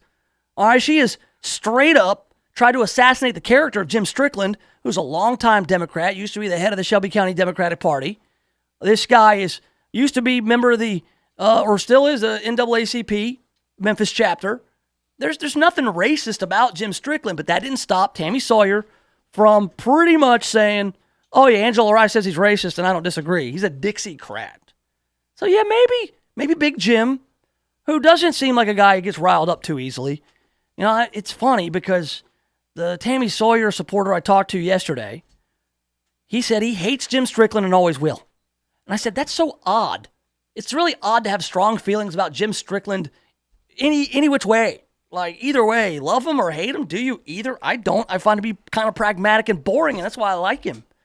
You know, he's not a rousing speaker. He doesn't get you all riled up and fired up. He just says, hey, we're gonna focus on the Memphis stuff, development, road paving, and the sewers. You know, maybe getting the Liberty Bowl fixed up. We're gonna do the things that are gonna make this a better place for all Memphians. And I'm like, okay, cool. And I don't need somebody to get me all stirred up like at a rally. You know, say, well, Memphis can't wait. But honestly, I mean, it comes down to this. Who doesn't scrub their social media accounts, man? You know, if you're applying for a job, which being the mayor of Memphis is essentially a job application, and you're making your appeal to the citizens of Memphis, I mean, when you apply for a job, just go set that stuff to private. Because that's what your employer's going to look at is who is this person? How do they comport themselves to the world? What am I going to see? If this person is going to represent my company or my city or my interests, what kind of person is this? This is the kind of person who's going to admit to laughing at a video of a dog owner who just had to put their dog down? Is this a person who is going to brag about having outed a teacher, taken upon themselves to ruin somebody's life? Somebody who, as mayor and being in charge of the police, is going to say they have little or no admiration or respect for those police officers? I mean, this is who Tammy Sawyer is. And she didn't have the foresight to go and nuke your Twitter account? Just what other kind of bad decision you're going to make as mayor? That's what I would want to know. And when you go up against a guy like Jim Strickland, who is a seasoned veteran politician, he served on the Memphis City Council, he's been the mayor for a term, amateur hour ain't going to cut it. And that's what this reeks of. Amateur hour. And now there's a lot of crocodile tears. Oh my God, I've hurt so many people. Oh, you were real confident a few weeks ago. Hell, just last week when you were talking about killing babies and driving drunk and you have no respect for the cops. Oh, this is foolishness. And going back and digging up my old tweets. We need to focus on life and death for Memphians. We need to focus on what's happening now, not 10 years ago. Oh, by the way, this also happened 10 years ago and 5 years ago. Oh, I'm so sorry. I'm so sorry I hurt you. Too late for all that. Good luck in the battle mayoral on October 3rd. Like I said, vote on that day. Don't early vote because who the hell knows what's going to come out between now and then. Speaking of stuff that'll come back and haunt you, you read about Shane Gillis? You ever heard of Shane Gillis? It's not Dobie Gillis, different guy. Shane Gillis, comedian? Man, a dream of most comedians would be on SNL, right? Saturday Night Live, hallowed ground for comics. All the greats who went through Saturday Night Live, well, he made it. He got the offer, and before he could hit 30 Rock, that offer was rescinded. Why? He didn't scrub his social media. No, he made some statements, some jokes that they didn't like, and now he's got some people who are in his corner and got his back. And these are the guys in the comedy world that you want on your side. We'll talk about it next right here in the Nation of Jake. The Voice, KWAM, FM 107.9 and AM 990. When's the last time you looked at the windows in your house? Not through the windows, but at the windows. Really looked at them. There's dirt, streaks, buildup, smudges, fingerprints, paw prints, spider webs, dead bugs. There's little white speckles. I have no idea what they are, and who knows what else. Now, cleaning all the windows in your house makes a big difference, but it's also a big job. That's why you need Just Windows Home Services. Just Windows has been taking the pain out of window cleaning since 1992. Just Windows cleans all types of windows, storm windows, screens, skylights, interior, exterior, upstairs and down. Now, I know I told you the company is called Just Windows Home Services, but they do a lot more. Roof and gutter cleaning, pressure washing, mirrors, blinds, ceiling fans, light fixtures, chandeliers. Look, if you've got hard to reach areas of the house, then you need Just Windows Home Services. Call for a free estimate, 751-3934. That's 751-3934, or get them online at justwindowsmemphis.com. That's justwindowsmemphis.com. For expert service guaranteed, call 866-EXPERTS. That number could save you up to 30% on your energy bills. When you call today, Service Experts Heating and Air Conditioning can hook you up with a furnace tune-up. Right now, save $20 on a furnace tune-up. Service Experts Heating and Air Conditioning. Your hometown Memphis tune-up pros. Call 866-EXPERTS. See website for license details. If you're in need of a professional cleaning service that takes your business as seriously as you do, call Jan Pro Cleaning Systems today. They understand how important it is to establish and maintain a professional image. That's why they offer the Jan Pro Signature Clean and the Jan Pro Guarantee. From regular scheduled cleaning to the tough stuff like stripping and waxing, buffing, carpet extractions, and detail cleaning, Jan Pro does it all. Call today for a free no-obligation quote. 901-683-4900. Insured and bonded for your protection. Jan Pro Cleaning Systems. Measurable cleaning, guaranteed results. The special event florist for the Mid-South is Lindoyle Flowers. They are famous for creating incredible floral arrangements and are available to fill even your last-minute needs. From the simple to the magnificent, their staff can create unique arrangements for your special occasion. Flowers always bring a smile, make someone's day, and for fast, convenient delivery, call Lindoyle Flowers today at 901-323-4521 or visit their beautiful new location at 6225 Old Poplar Pike.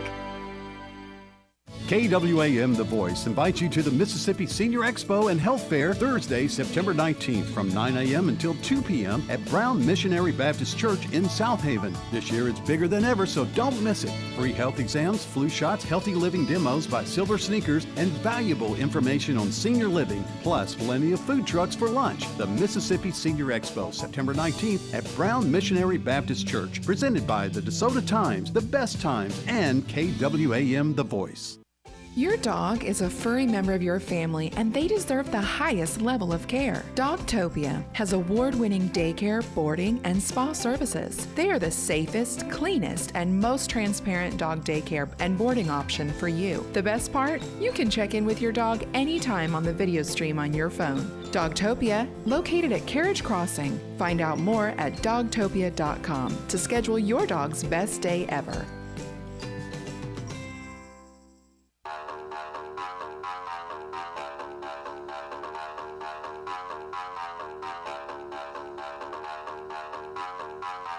All right, welcome back to it. Yes, have some. The Nation of Jake on The Voice, FM 107.9, AM 990. Online, KWAMTheVoice.com. Streaming live on YouTube, the YouTube channel, Nation of Jake. Very easy to find online there on YouTube. The podcast will be up and ready for stream or download. However you prefer to do that. You want to stream it, fine. You want to download it, fine. I don't care. It's available either way for you on Apple Podcasts, on Stitcher, Spreaker, Spotify. I try to get that up as soon as possible after the show concludes. You can listen on demand and commercial-free that way. Also, Facebook and the old Twitter, Nation of Jake. All right, I've always been a fan of Saturday Night Live. All right, and even now, I want to like it. I really do. I mean, it's sketch comedy, and it's been around 50 years. The inaugural 75. And here's why I know that. In 1990, that was a great cast with Dana Carvey and Mike Myers and Farley and Spade and all those guys. I was really into SNL in the 90s. I was like 12, 13 years old. I liked the old 1970s stuff on Nick at Night. And my dad, I believe, went to 30 Rock. It may have been his wife. Went to 30 Rock. And she got me one of those SNL 15th anniversary T-shirts, and I wore it all the time, man. And I think about now how in 1990, SNL was only 15 years old, and now it's like a lot older, 45 or whatever it is. So we're talking about hallowed ground for a comedian. I mean, I would love to have gotten a slot on Saturday Night Live. I think I'd be better as an announcer. Since Don Pardo's not around. They got Daryl Hammond, I guess, was the announcer. I could do the late night talk show announcer. It could be like, it's Saturday Night Live! G.E. Smith and the Saturday Night Live Band! Musical guest, John Tesh! And now, Eddie Murphy! Yeah! It's so glad to be back on Saturday Night Live. It'd be fun. It'd be fun just to be the announcer. And I got that Don Pardo thing nailed. You thought you were listening to old SNL, didn't you? Just like that. So, right now we got a situation where SNL is adding some cast members. I guess Leslie Jones is leaving. You know, there's a life. If you're on SNL too long, you just kind of wear out your welcome, and people leave all the time. So they've added, last week they said they added 3 new not ready for primetime players on SNL. And everybody's like, oh my God, who are these new SNL people? And usually, you know, low men on the totem pole, they come in, they may do some character stuff, kind of fill out some of the sketches. One of the guys' names is Shane Gillis. All right, and I've never heard of Shane Gillis. A lot of the guys on SNL you haven't heard of. You don't know them. They're unknowns. They're the not ready for primetime players, and they make their mark on SNL. Shane Gillis will not get the chance. He's already been fired. Saturday Night Live has already fired one of its most recent hires, Shane Gillis. Here we go, a statement from NBC. After talking with Shane Gillis, we've decided he will not be joining SNL. That's according to an SNL spokesperson on behalf of Lorne Michaels, said in a statement. We want SNL to have a variety of voices and points of view within the show, and we hired Shane on the strength of his talent as a comedian and his impressive audition for SNL. We were not aware of his prior remarks that have surfaced over the past few days. The language he used is offensive, hurtful, and unacceptable. We are sorry that we did not see these clips earlier and that our vetting process was not up to our standard. Following the news of his firing, Gillis wrote on Twitter, I'm a comedian who was funny enough to get SNL. That can't be taken away. Then he added, of course I wanted an opportunity to prove myself at SNL, but I understand it would be too much of a distraction. I respect the decision they made. I'm honestly grateful for the opportunity. I was always a Mad TV guy anyway. You know, just he's saying, hey, you know, I was selected. I won't be able to be on SNL. And now I'm done. And it's just not going to happen for him. Now, you could look at this a couple ways. It's pretty awful to think. Young comedian, you're snatching a defeat from the jaws of victory because of these comments that he made. Fired before even taking the stage. All right, well, now this podcast, these comments that he made on this podcast that resurfaced. Now, these were jokes that he was making. He made some comments about gays and Asians, comments that I can't repeat. They were crude and vulgar. That said, they were jokes insofar as he wasn't serious about them. You know, people say, oh, it was homophobic and it was racist. He doesn't hate gay people and he doesn't hate Asians. But the problem is that these things weren't funny. The things that he said, they just weren't funny. They were just, you know, crude for the sake of being crude. But he was hired because he had an impressive audition. So the guy on some level, the producers at SNL, Lorne Michaels himself, thought he was funny. Thought that he had the comedy chops to go to SNL, but these comments that he made weren't funny. But who's to judge? You know, he even said, look, I've probably told more unfunny jokes than funny jokes. Well, comedians go up and bomb all the time. You push boundaries, you push limits, you do things that you think might be funny in a certain context and they're not. And they fell short, and he promises to do better. And some people get away with it. It's so odd how selective all this is. Now, we brought up Dave Chappelle last week. I watched that Sticks and Stones comedy special on Netflix.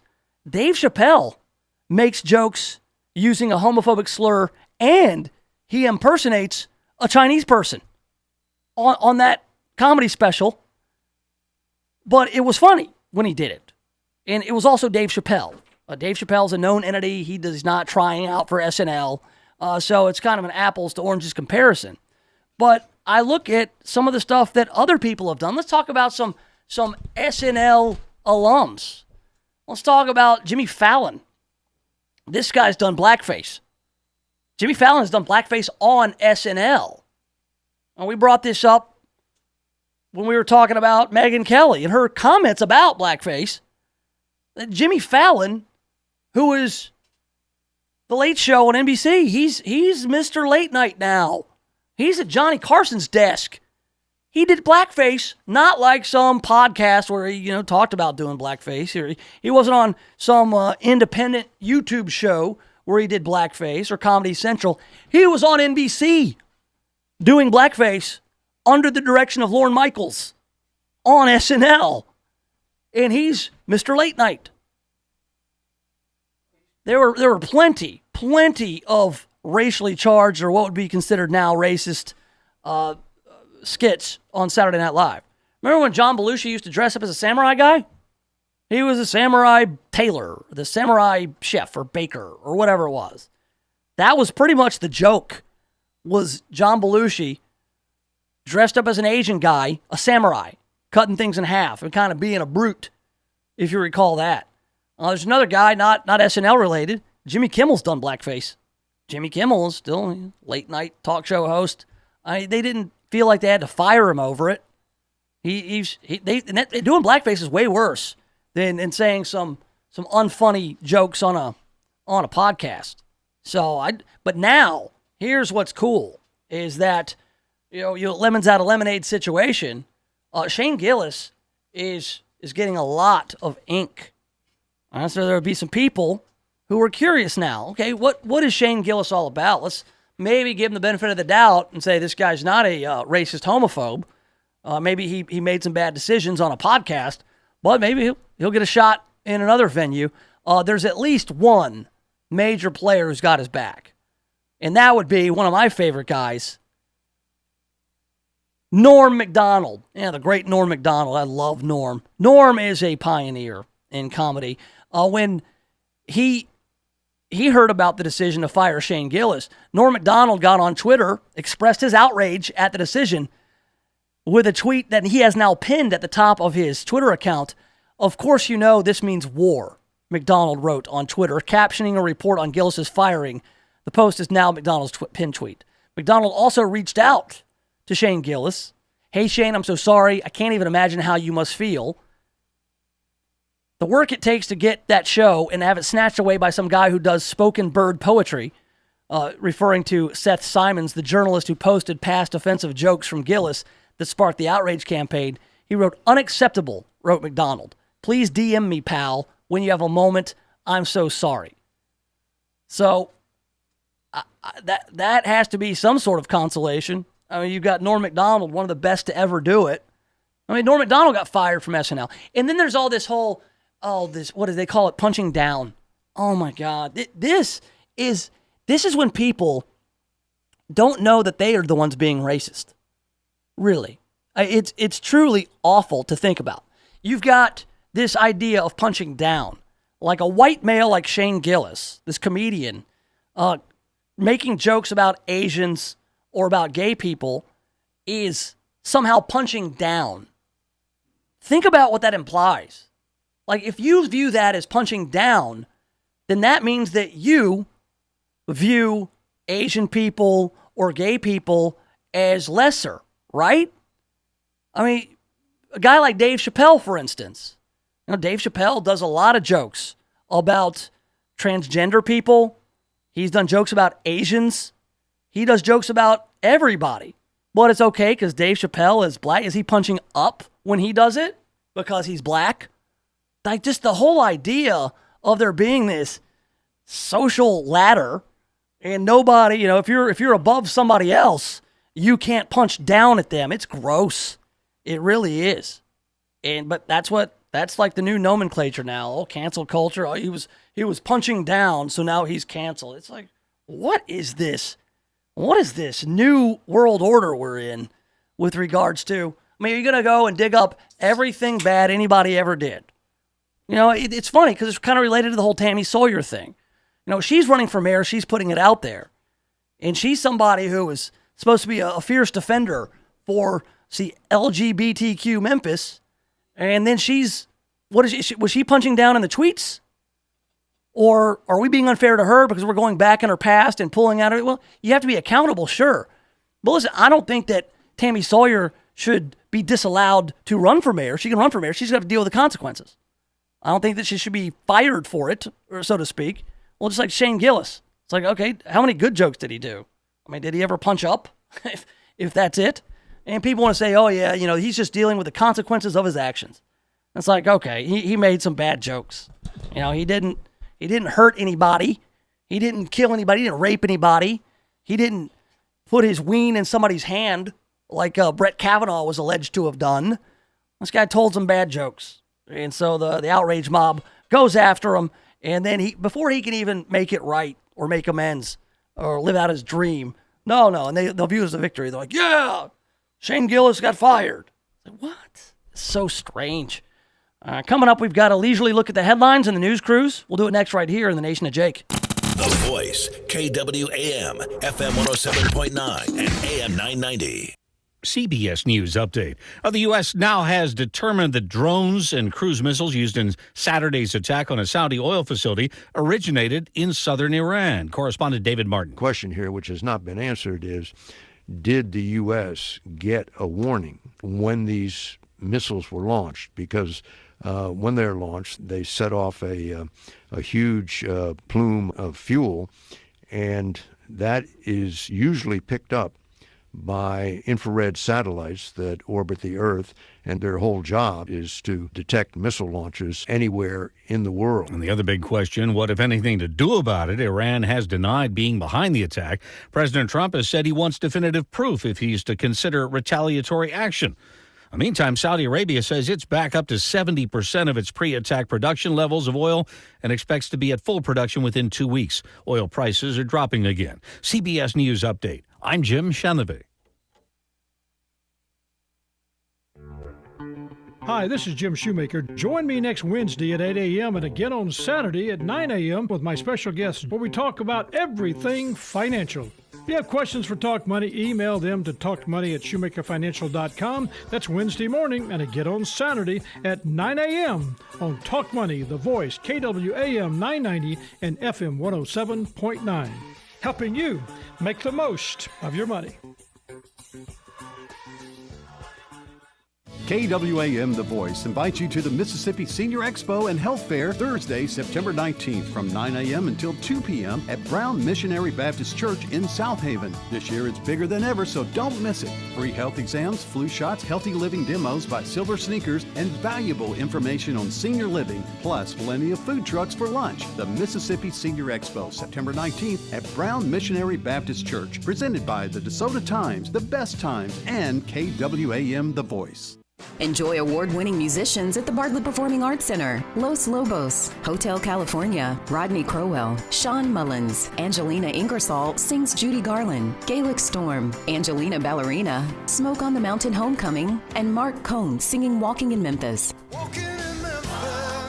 BPAC has it all. Theater, music, family fun. Buy 5 shows and save 25% at 901-385-5588. For tickets 24/7, visit bpac.org.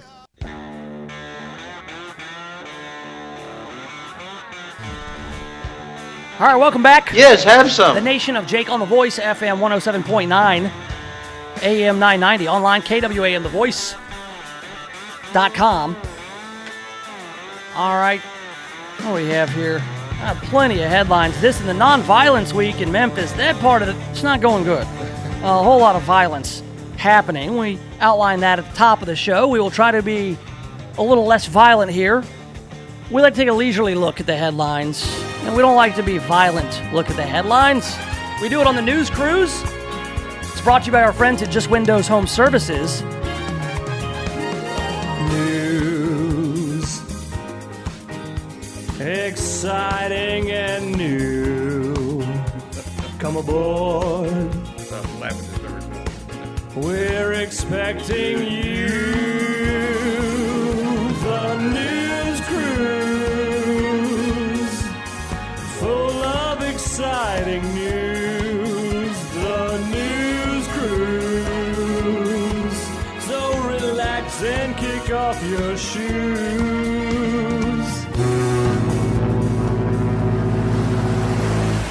All right, welcome aboard the news cruise, brought to you by our friends at Just Windows Home Services. I talked to Steve at Just Windows Home Services today. He was telling me all about that ping pong table they clean, because they do it all. They do windows, gutters, blinds, ceiling fans, chandeliers, whatever you got, even if it's a ping pong table, because Just Windows Home Services will also pressure wash. So he was telling me, yeah, I got there. I'm like, what in the world? And he gets dragged out, it's caked and all this nastiness.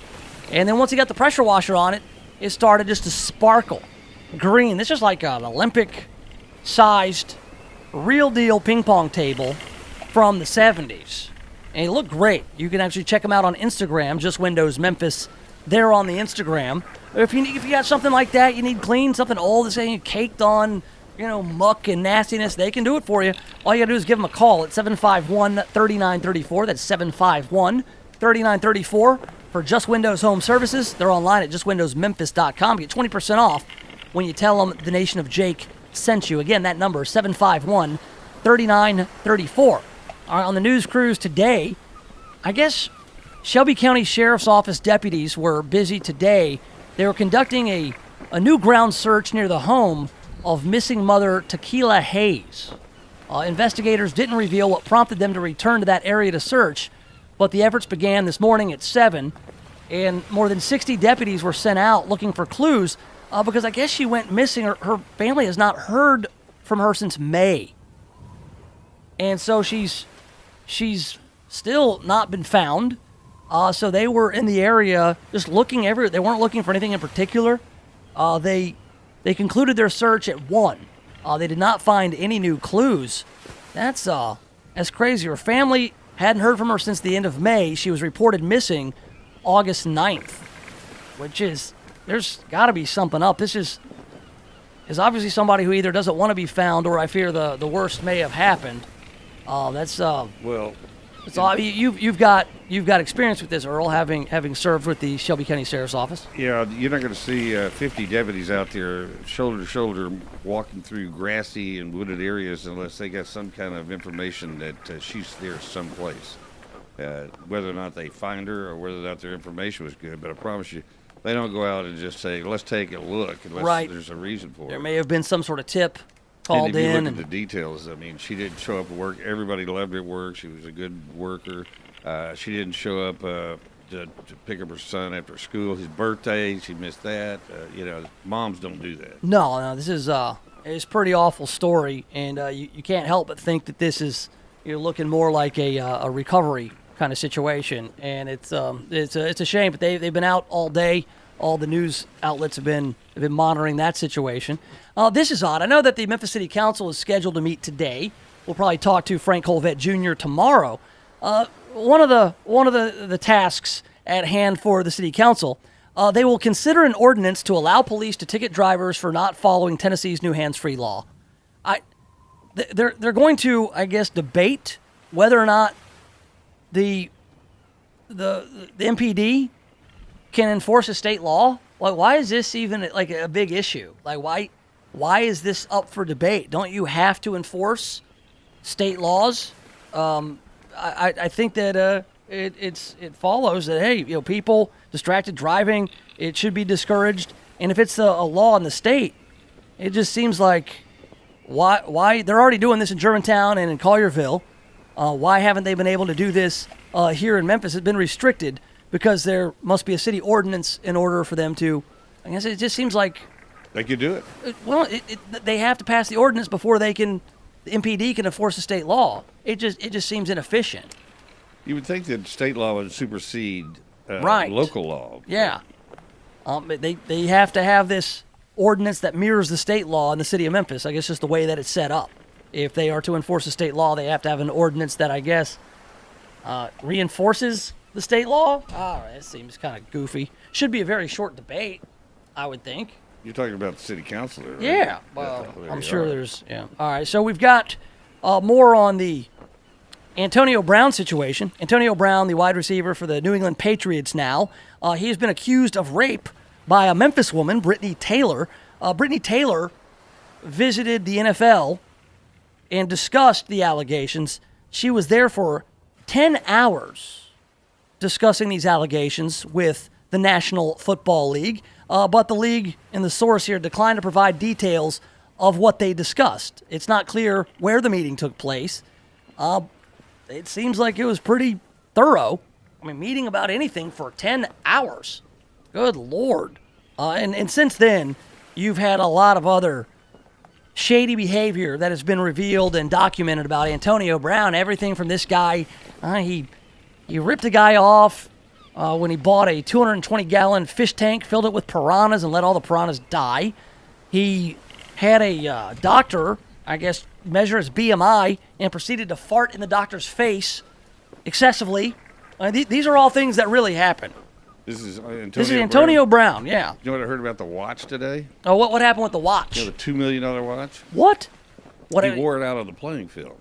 And oh, yeah. And they said, hey, we're going to find you. You can't wear jewelry out there on the playing field. Then I heard that whoever manufactures the watch, either gave him a real one for $2 million just to go out there and get the publicity, or he had a fake one on. Either way, they're going to pay him more than enough to pay the fine. And and the thing about it is, the NFL does not allow you to go out and cut your own endorsement deals for watches and stunts. Do you think this guy cares about the rules? No, of course not. This guy, he just goes around doing whatever he wants, farting in doctors' faces and killing piranha and allegedly raping. Not a model citizen. No, not at all. Not at all. Shady character for sure. Finally, here in the news cruise, we've got a California man's vaping-related death marks 7th in the nation. Severe lung illness linked to vaping has taken another life, the 7th in recent weeks. The man who was not identified lived in Tulare County, California. He was older than 40. I'm willing to bet that he got his vape from the street. Yep. That it wasn't from a reputable source. That it wasn't from these vape stores. These vape apparati. Yes. Are who knows where vape machines, they're black right. market. I Well, mean, who knows what's in there? Listen, if you go buy anything off the street from your dude on the street, then expect it to be of lesser quality and it to be counterfeit. Absolutely. It's not going to be legit.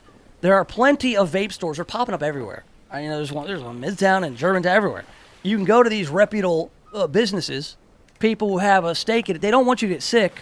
I really think that the free market usually works this stuff out. It's only when you start getting into the heavy regulations of it, and I'm 100% against this goofy FDA ban of flavored e-liquids, because it just means that people are going to try to make them on their own. They're going to try to make them on their own and sell them on the street. People want it. It's like, have we not learned anything from Prohibition? When they tried to outlaw alcohol, it didn't work. What about the war on drugs? Whole war on anything. Yeah. If you want just a glut of something, if you want something to grow, just have the government declare war on it. Yeah. If the government declares war on something, then we're fine. We should have like a war on jobs. Let's do that. It's going okay, but we can always have more jobs, right? Yep. Let's have a war on jobs. They play plenty. All right, coming up. Oh, we've got just another couple of odds and ends. And we'll get you set up for Earl Show. I don't know what we're going to talk about. There's like 8 things I can do, and we'll do it all. And we'll get everything wrapped up here in the Nation of Jake. The Voice, KWAM, FM 107.9 and AM 990. Have you heard about Newsmax TV? It's America's fastest growing cable news channel in 70 million homes. Every minute, every day. Watch Newsmax for breaking news on President Trump. Plus, get insights from Bill O'Reilly, Alan Dershowitz, Pat Buchanan, Mike Reagan, and more. You can find Newsmax TV on DirecTV, Xfinity, Dish, Optimum, Spectrum, Fios, Uverse, Suddenlink, WOW, and dozens of cable systems. So check your guide now and watch Newsmax TV. Real news for real people. Hiring? Aren't you tired of hoping the right candidates see your job posts? It's like trying to find a needle in a haystack, but not with ZipRecruiter. Its powerful technology finds and invites qualified candidates to apply. So instead of hoping you find that needle, ZipRecruiter finds it for you, and hiring is a whole lot easier.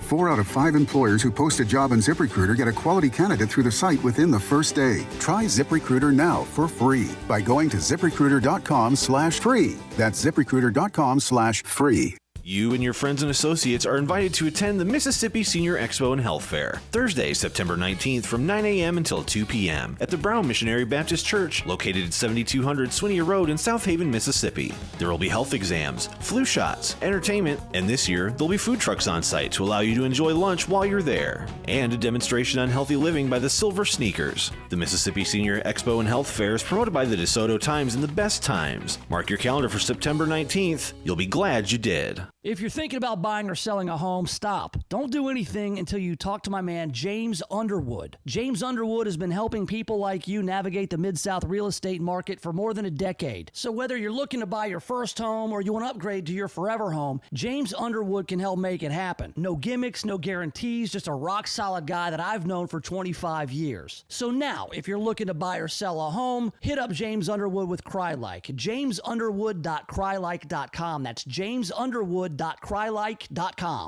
KWAM The Voice invites you to the Mississippi Senior Expo and Health Fair Thursday, September 19th from 9 a.m. until 2 p.m. at Brown Missionary Baptist Church in South Haven. This year it's bigger than ever, so don't miss it. Free health exams, flu shots, healthy living demos by Silver Sneakers, and valuable information on senior living, plus plenty of food trucks for lunch. The Mississippi Senior Expo, September 19th at Brown Missionary Baptist Church, presented by the DeSoto Times, The Best Times, and KWAM The Voice. Did you know that your potential customers look at your website and determine your credibility within 8 seconds? Make sure your business reflects the quality service you provide. Contact Control Alt Design for a free quote today. Today's marketplace is very competitive and you need a professional web presence. Control Alt Design offers web design at a fraction of what the larger firms charge. Control Alt Design has been helping local businesses stand out on the web for over 20 years. They also offer logo design, business card design, flyers, brochures, and more. See their work today at ControlAltDesign.com.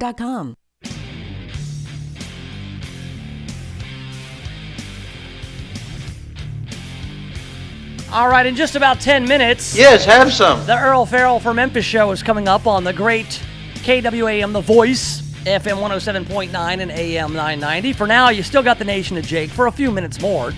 Still on the YouTube. Nation of Jake on YouTube, Facebook, Twitter at Nation of Jake. Just got word that Kamala Harris is going to be campaigning here in the great city of Memphis. I'm not sure what she's going to be doing in Tennessee. She's not going to win Tennessee. Yeah, you can win Memphis, but Memphis isn't up. Like, you need Tennessee. She ain't gonna. She's coming here to fundraise. Is what she's doing. She will speak at a campaign in Memphis on Sunday. Let's see. She will be at East High School at 6:30 to discuss her 3 a.m. agenda, focusing on issues that keep Americans up at night. Her campaign said, what? 3 a.m. agenda. Things that keep you up at night. What keeps you up at night? It's different for everybody. That's the thing. Yeah, so I guess she still needs to get the Democrat vote here in Tennessee. So she will be here for a fundraiser, essentially. Yeah, she'll be here with some big name people behind the scenes, but she'll come out and speak. So I guess if you are inclined to listen, you might want to mark your calendar there on Sunday at East High School, 6:30 p.m. If you want to see what Kamala Harris has to say. Congratulations. This is cool.